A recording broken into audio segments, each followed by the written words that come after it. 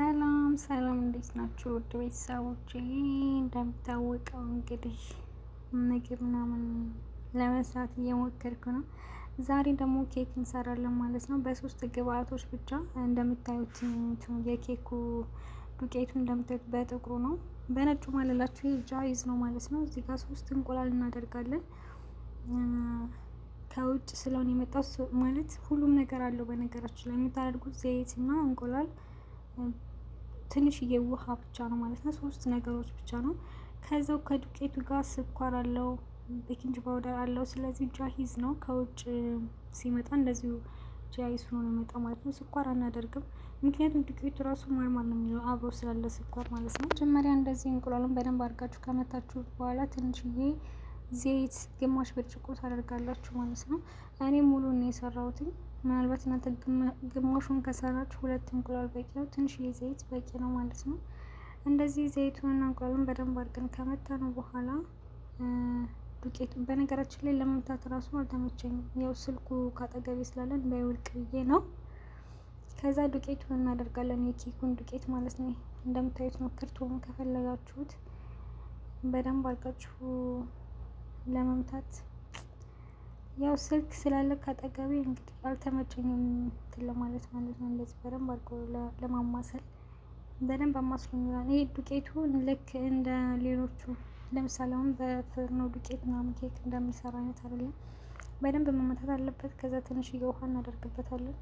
ውሃውን ዱቄት ካደረግን በኋላ ነው የምናደርገው።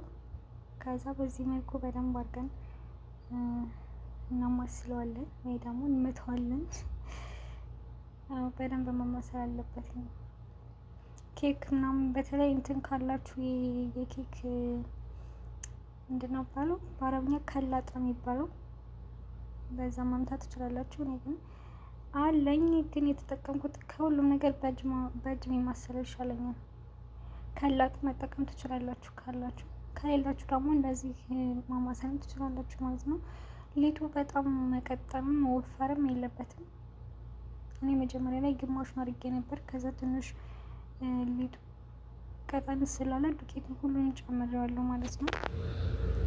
በዚህ መልኩ እንደዚህ አድርጋችሁ ታማስሉታላችሁ። ዱቄት እየጨመራችሁ ውሃ በፍጹም ውሃ አይልም። ትንሽ ውሃ ነው ያደረኩበት፣ ግማሽ ብርጭቆ ማለት ነው። ለአንዱ ክርቶን ዱቄት ግማሽ ብርጭቆ ዘይት ነው የተጠቀምኩትኝ። ውሃ ከምትጠቀሙ ደግሞ ወተት ካላችሁ ወተት ብትጠቀሙ ይመረጣል ከውሃ ይልቅ። ያው እኔ ወተት ስላላገኘሁ ውሃን የተጠቀምኩትኝ። ግን በዛውም ለአንድ ክርቶን ግማሽ ብርጭቆ ውሃ ማለት ነው፣ ግማሽ ብርጭቆ ዘይት፣ 3 እንቁላል ብቻ ነው ይህንን ኬክ ለመስራት የሚያስፈልገው ማለት ነው። ምክንያቱም ጃይዝ ነው፣ ከውጭ ተዘጋጅቶ ስለሆነ የሚመጣው ሌላ ነገር ማድረግ አይጠበቅብንም። ሌላ ኬኮች ስንሰራ ቤኪንግ ፓውደር፣ ስኳር ምናምን ቫኒላ እንጠቀማለን። ይሄ ግን አለው ከውስጡ። ከፈለጋችሁ በነጭም በፍላወርም አለላችሁ ማለት ነው። እንደዚህ አይነት ሆኖ ይሄ በጥቁሩ ነው ያመጡት አረቦቹ፣ ጥቁር ስለሚፈልጉ። ግን በነጩም አለ በፍላወርም አለ። ጃይዝ ሲመጣ እንደዛ ነው ማለት ነው። ልክ እንደዚህ ከሆነላችሁ በኋላ ልክ እንደ ቸኮሌት በደንብ ሆኖ እንደዚህ ሲሆን ስንያችሁን ዘይት ትቀባላችሁ።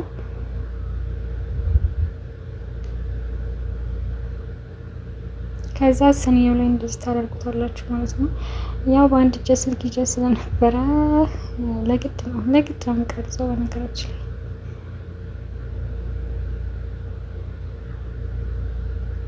እንደዚህ 2 አይነት ወይ ደግሞ በዚህኛው ብዙ በዚህኛው ትንሽ እንዳይሆን በማንኪያ በደንብ አድርጋችሁ ማስተካከል አለባችሁ ማለት ነው። በዚህኛው በጎን ብዙ በጎን ትንሽ ከሆነ በኋላ ሲበስል ትንሽና ትልቅ ይሆንባቸዋል ማለት ነው። እዚህ ጋር ስልኩን አስቀምጨው ጨለማ ሆኖ አላወቅኩም ነበር። በነገራችን ላይ ያቆምኩት መስሎኝ ነበረ። ከዛን ካስተካከልነው በኋላ ወደ ፍርናችን እናስገባዋለን። ከ20 ደቂቃ እስከ 40 ደቂቃ ምናምን ምንም ነገር እንዳታንቀሳቅሱት ምናምን እንደዚህ ከበሰለ በኋላ ይሄን ይመስላል። መጀመሪያ ሴትዮዋ አይቆረስም እንዲሁ ይዞ ይሄዳሉ ብላ ነበር። በስተመጨረሻ ግን ይቆረስና ከሌላ ሳህን አድርጊው ስትለኝ በዚህ መልኩ ቆርሼው፣ ያው ሰው ጋር ስለነበርኩ አልቀረስኩም ስቆርስ ያለውን። ግን ከተቆረሰ በኋላ ይሄን ይመስላል። እንደምታዩት ነው። በጣም ደስ የሚለው ከተቆራረሰ በኋላ ይሄን ይመስላል።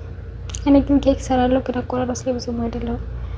ጣዕሙ በጣም ስኳር ስላለው ስኳር እንዳትጠቀሙ፣ ምክንያቱም ከዛ ከዱቄቱ ጋር ስኳር ስላለው ማለት ነው። ጃይሱ ነው ስለሚመጣ በጣም ስኳር አለው። ይሄ ራሱ ምንም አይነት ስኳር አላደረኩበትም፣ ግን ስኳር ስላለው በጣም ይጥማል። እዚህ ላይ ክሬም መደረግ ይቻላል። በነገራችን የራሱ ክሬም አለው፣ ነጭ ክሬም። እነሱ ስለማይፈልጉ እንዲሁ ብቻ ስለሚፈልጉ ነው እኔ ያልሰራሁትኝ። ከላይ ክሬም ታደርጉበታላችሁ። እንደዛ ሲሆን ደግሞ ይበልጥ ጥሩ ጣዕም ይኖረዋል። ይህንን ምስል ነበር የኔ ወዶች። እስኪ ቀጥይበት ካላችሁ ቀጥልበታለሁ፣ ከተመቼ ማለት ነው።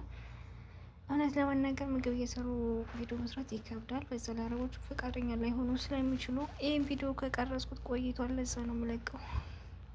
ላይክ እንዲሁም ኮሜንት መስጣችሁን አትርሱ። በቀጣይ ቪዲዮ እስከምንገናኝ ቸር ሰንብቱ።